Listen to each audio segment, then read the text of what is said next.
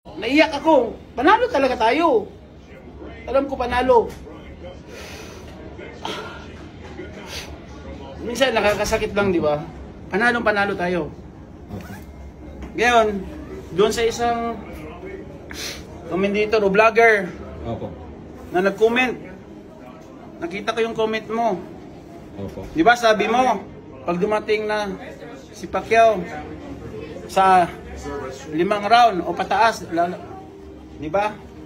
Dinilat ng dila niya. O ngayon, pinatunayan niya ang laban. 12 rounds. Oo. Siya pa yung nag-dominate. Tapos sabi mo, dapat tanggalan ng lisensya si Manny Pacquiao dahil 46 years old na. Nagbabayad ka ba ng tax sa Pilipinas? Para mag-comment ka ng ganyan? Hindi ho madali ang lumaban sa ibabaw ng boxing. Dapat kapwa mo Pilipino sinusuportahan mo.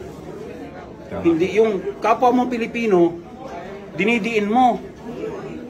Sa bagay, kapwa Pilipino naman natin na nagbinta sa mga dayuhan eh.